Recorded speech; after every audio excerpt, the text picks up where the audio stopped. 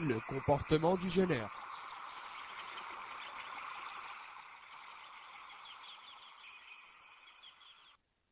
Louange à Allah, et que la prière et le salut d'Allah soient sur le prophète Mohammed, sur sa famille et sur tous ses compagnons. Voici quelques actes méritoires, mustahab, du jeûneur. Premièrement, as-suhur, le repas pris à la fin de la nuit avant la prière de l'aube. D'après Anas, qu'Allah l'agrée, le messager d'Allah, sallallahu alayhi wa sallam, a dit: prenez le suhur, car il y a dans le suhur une bénédiction. Rapporté par les 5. Cheikh Ibn al-Utaymin, rahimahullah, dit que la bénédiction, baraka, se divise en deux. La première partie est religieuse, telle que le fait d'appliquer et de suivre la sunna du prophète, alayhi salatu wassalam. La deuxième partie est corporelle, telle que le fait de s'alimenter pour se fortifier, ce qui aide le jeûneur dans ce sens. Le suhur peut être pris avec une gorgée d'eau uniquement. D'après le hadith rapporté par Abdullah ibn Amr, qu'Allah l'agrée, le messager d'Allah, alayhi salatu wassalam, a dit: prenez le suhur, ne serait-ce qu'avec une gorgée d'eau. Rapporté par Ibn Hibban, voir Sahih al-Jami', numéro 2945. Il est préférable de retarder le suhur jusqu'à la fin de la nuit. D'après Anas, Zayd ben Thabit, qu'Allah l'agrée, a dit: nous avons pris le suhur avec le prophète d'Allah, alayhi salatu wassalam, puis celui-ci se leva pour la salate. Je demandai alors à Zayd combien de temps il y avait entre le suhur et l'adhan, appel à la prière. Il me répondit: la durée était de 50 versets environ, rapporté par les 5. Il faut préciser que ce hadith n'ouvre pas la porte à l'innovation que l'on nomme al-imsak, c'est-à-dire l'abstention de manger et autres un certain temps avant l'adhan, comme on le trouve dans les calendriers ou à la radio. En effet, il nous est permis de manger jusqu'à l'appel de l'aube, et en voici la preuve. D'après Abu Huraira, qu'Allah l'agrée, le messager d'Allah, alayhi salatu wassalam, a dit: si l'un d'entre vous entend l'appel, alors qu'il a son récipient à la main, qu'il ne le pose pas jusqu'à ce qu'il en finisse son besoin. Rapporté par Abu Daoud et Al-Hakim. Deuxièmement, faire preuve de générosité, de bienfaisance, et s'adonner à l'étude du Coran. Ibn Abbas, qu'Allah l'agrée, a dit que le messager d'Allah, sallallahu alayhi wa sallam, était l'homme le plus généreux quant au fait de faire le bien. C'était lors du mois de Ramadan, quand il rencontrait l'ange Djibril, qu'il était le plus généreux. Et Djibril le rencontrait chaque nuit du mois de Ramadan, où ils étudiaient ensemble le Coran. Quand Djibril, alayhi salam, rencontrait le messager d'Allah, ce dernier était plus généreux à faire le bien que le vent envoyé. Rapporté par Al-Bukhari et Muslim. Troisièmement, s'empresser de rompre le jeûne. D'après Sahel ibn Sa'd, qu'Allah l'agrée, le messager d'Allah, alayhi salatu wassalam, a dit: les gens ne cesseront d'être dans le bien tant qu'ils s'empresseront de rompre le jeûne.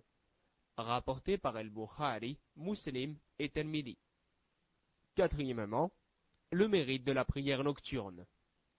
D'après Abu Huraira, qu'Allah l'agrée, le messager d'Allah, alayhi salatu wassalam, a dit: celui qui prie pendant les nuits de Ramadan avec foi et conviction de la récompense, ses fautes passées lui seront pardonnées. Rapporté par Al-Bukhari et Muslim. Cinquièmement, la retraite pieuse, al-ihtikaf. D'après Aïcha, qu'Allah l'agrée, le prophète, sallallahu alayhi wa sallam, faisait la retraite pieuse pendant les 10 derniers jours du mois de Ramadan jusqu'à sa mort. Après sa mort, ses femmes continuaient à la faire. Rapporté par Al-Bukhari et Muslim. Sixièmement, le versement de l'aumône de la rupture du jeûne, la zakat al-fitr. C'est une obligation pour tout musulman, et en voici une preuve d'après le hadith d'Ibn Omar, qu'Allah l'agrée. Le prophète a rendu obligatoire l'aumône de la rupture du jeûne, zakat al-fitr, par un sa'a, environ 3 kilos, de date, ou un sa'a d'orge. Elle doit être faite pour chaque esclave ou individu, au moment de la rupture du jeûne. Allah a institué des règles à suivre pour le jeûneur qu'il conviendra d'observer lors de la rupture de son jeûne. Premièrement, qu'il rompt son jeûne avant de prier. Deuxièmement, qu'il rompt le jeûne avec des dattes mûres et fraîches. S'il n'en trouve pas, alors avec des dattes sèches, ou sinon avec une gorgée d'eau. Anas, qu'Allah l'agrée, a dit que le messager, sallallahu alayhi wa sallam, rompait son jeûne par quelques dattes mûres avant de faire la prière. S'il n'en trouvait pas, il se contentait de petites dattes simples, puis s'il n'en trouvait pas, il buvait quelques gorgées d'eau. Hadith Hassan, Sahih, rapporté par Abu Daoud et Tirmidhi. Troisièmement, qu'il dise l'invocation de la rupture du jeûne, d'après Ibn Umar, qu'Allah l'agrée, lorsque le prophète rompait son jeûne, il disait cette invocation. ذهب الظماء وابتلات العروق وثبت الأجر إن شاء الله.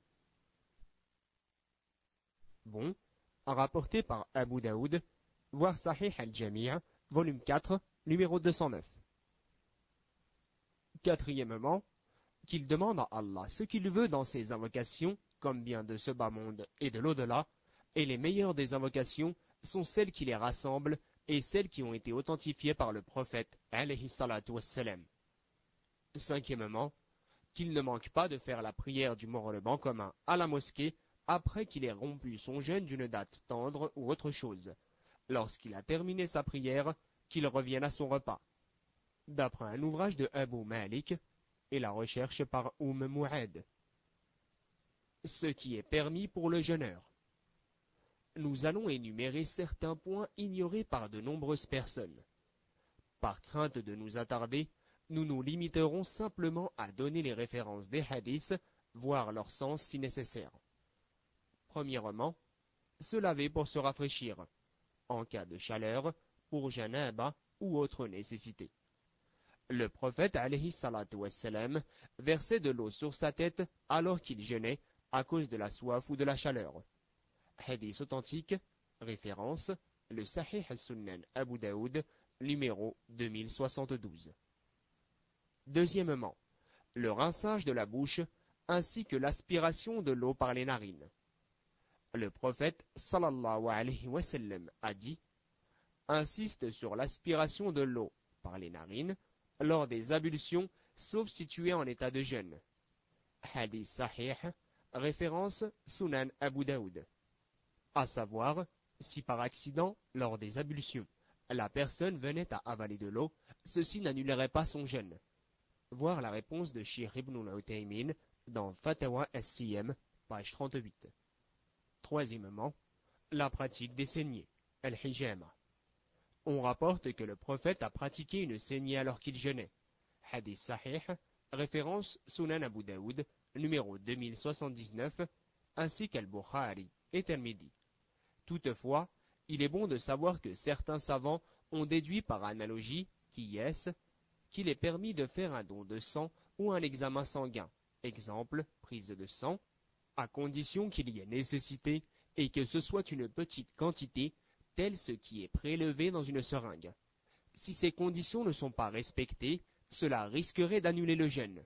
Voir la réponse du Cheikh Ibn Jibrin, page 41, Fatawa Siyam. En ce qui concerne la saignée, elle est déconseillée, makrouha, en cas de risque de faiblesse. On demanda au compagnon Anas, qu'Allah l'agrée, détestiez-vous les saignées pour le jeûneur? Il répondit, non, sauf par crainte de faiblesse. Hadith Sahih, rapporté par Al-Bukhari.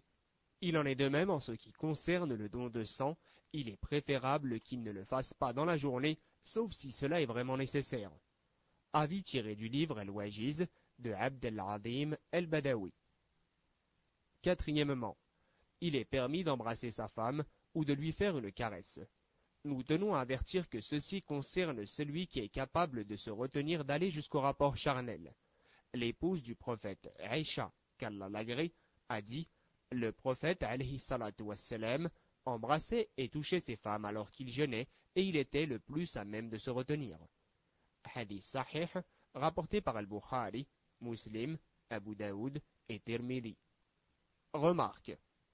Ce hadith étant sahih, il annule toute interprétation comme l'énonce la règle suivante: si la transmission est authentique, la raison en témoigne. Tiré du livre As-Sabil. Par conséquent, si la personne a un écoulement de madi, liquide transparent, apparaissant après l'excitation, cela n'annule pas le jeûne, mais nécessite le lavage de la partie ainsi que le nettoyage à l'eau de l'endroit souillé. De plus, cette personne se doit de refaire ses ablutions si elle veut prier. Cependant, s'il s'agit du mani, liquide spermatique, les savants ont divergé, mais selon la parole la plus vraisemblable, le jeûne n'est pas annulé, car selon un athar, on questionna Jabir ibn Zayd sur un homme qui éjacula pendant le mois de Ramadan après avoir regardé sa femme avec un fort désir. Je cite: a-t-il annulé son jeûne? Non, répondit-il, qu'il continue son jeûne. Fin de citation. Cinquièmement, le fait de se réveiller en état d'impureté majeure, janaba, à cause d'un rapport charnel durant la nuit du Ramadan ou bien à cause d'un rêve érotique. On rapporte que, je cite, le fajr se levait alors que le prophète était en état d'impureté majeure, janaba. Fin de citation. Extrait du hadith authentique rapporté par Al-Bukhari, Muslim, Abu Daoud et Tirmidhi. Certains savants ont déduit de ce hadith que celui qui se réveille pour la prière de l'aube en état d'impureté, il lui suffit de se laver et de jeûner normalement. Il en est de même pour les femmes atteintes de menstrues ou de lochis s'interrompant juste avant l'aube. Quant aux hommes, ils doivent s'empresser de se laver, si possible, avant la prière du fajr, pour leur permettre de participer à la prière en commun. Par contre, il n'est pas permis de reculer le lavage ainsi que la prière jusqu'au lever du soleil.